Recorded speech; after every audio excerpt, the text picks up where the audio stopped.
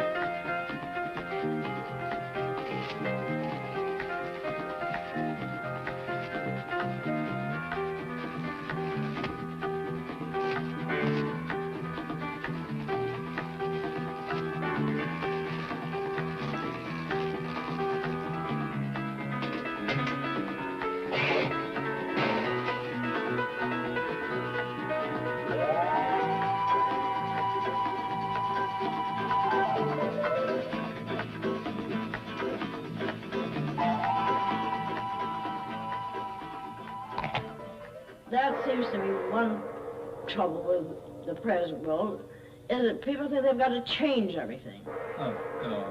Ice cream cone or sucker or box of cracker that used to be a nickel, you know. But you take a person my age and we live back in the past lots of the time. I mean, the sin as we have now, but I think it's because we have more people. Well, it was clean. There wasn't a lot of trash in it like there is now. I think it'll be a pretty unusual place in the year 2000. Smoke, I guess, probably from trucks, cars, and factories. The Bible says that men should not live by bread alone, but by every word that proceedeth out of the mouth of God. And I believe it with all my heart. What I'm mainly concerned with is the children. It is, and it just seems like no one does anything to better it. Another thing, the smog in my eyes is just killing me. I think this would possibly be a very aggravating thing to me. We're all can only handle so many people, and I think we've about reached that limit. It's getting away from us. Pretty soon we're all going to be drowned in this mess. I think we're kind of in a rather clouded world. Water pollution, air pollution, nobody's doing anything about it. I don't expect to reach my middle age. In school, I say something, and people say, oh, why don't you shut up? Something that is constructive.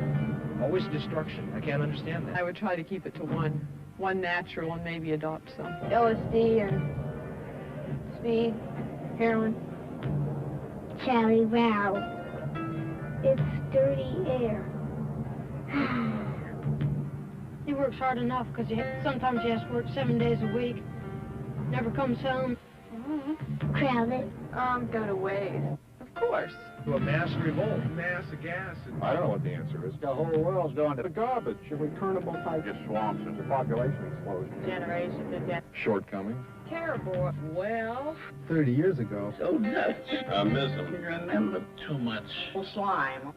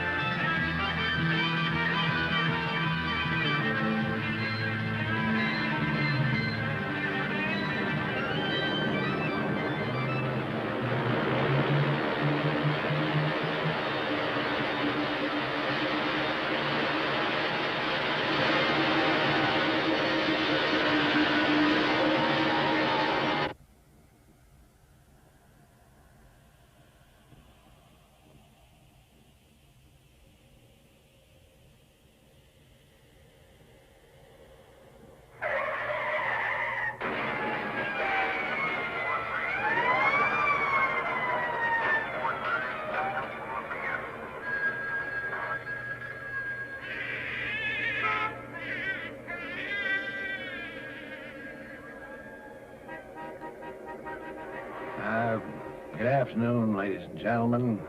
Welcome aboard 20th Century Airlines Flight 1980. We'll be fleeing almost indefinitely. They seem to have us in a holding pattern of some sort around the sun, I think. Unfortunately, it may be necessary to move some of you folks in first class back into the economy section. We may not have enough dinners aboard or enough wine. Of course, we have plenty of snacks. We'd just like to request that you keep your trash in and around your own seat. Otherwise, we seem to be in good shape. We have enough air for years of this sort of cruising. You may think it smells a little funny, but then so does the water. However, you can reuse all water you want. We just pump it right back up there. Get it again. Now, in the unlikely event there should be a temporary failure in the cabin air and water supply, a compartment over your head will open automatically, and a rubber Halloween face mask will drop down.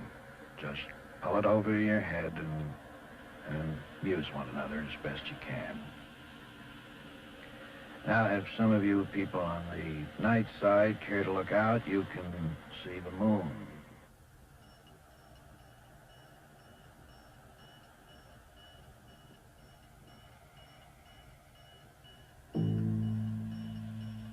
Where are we going? Who knows? In any case, it shouldn't take too long to get there. Our tickets are bought and paid for, and we are well on our way. As you know, the population of the planet will about double in the next 30 years. We continue to multiply and expand, and our grossest national product is waste, increasing at twice the rate of the population, amounting to billions of tons every year, rising from the earth, sinking on the surface of the land, and always in the end, pouring, settling, draining into the rivers and oceans. Leaving behind only the large rusting objects and the trillion indestructible cans and plastic things.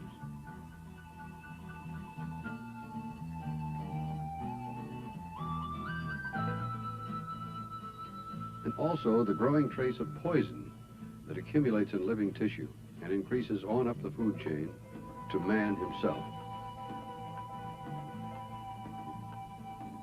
In this country alone, a ton of air pollutants each year for each man, woman, and child.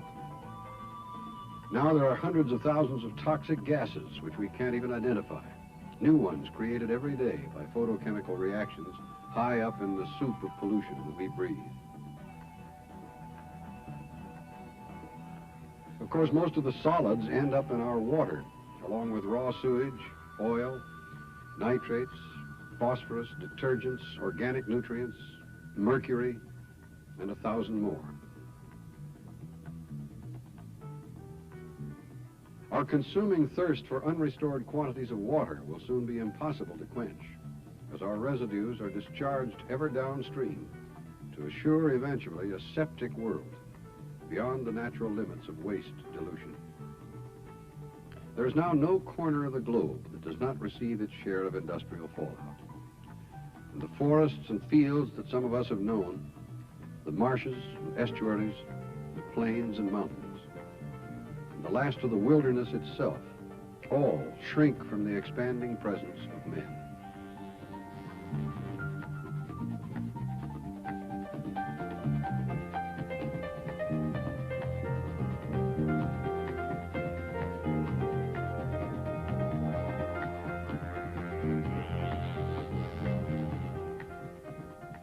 We're now paving 1 million acres a year. And those who flee from the countryside, which can no longer support them, in turn create the choking suburban sprawl of megalopolis and join lines of commuters who move at horse and buggy speed on superhighways built to get them into traffic-clogged cities where they can find no place to park their high-pollution automobiles, which most of us seem doomed to drag through life along with a growing collection of the products of planned obsolescence.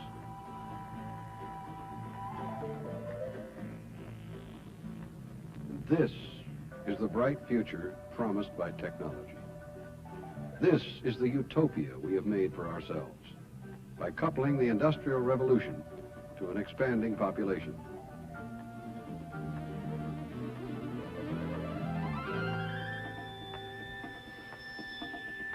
Now we will pay the price because our fathers progressed so admirably.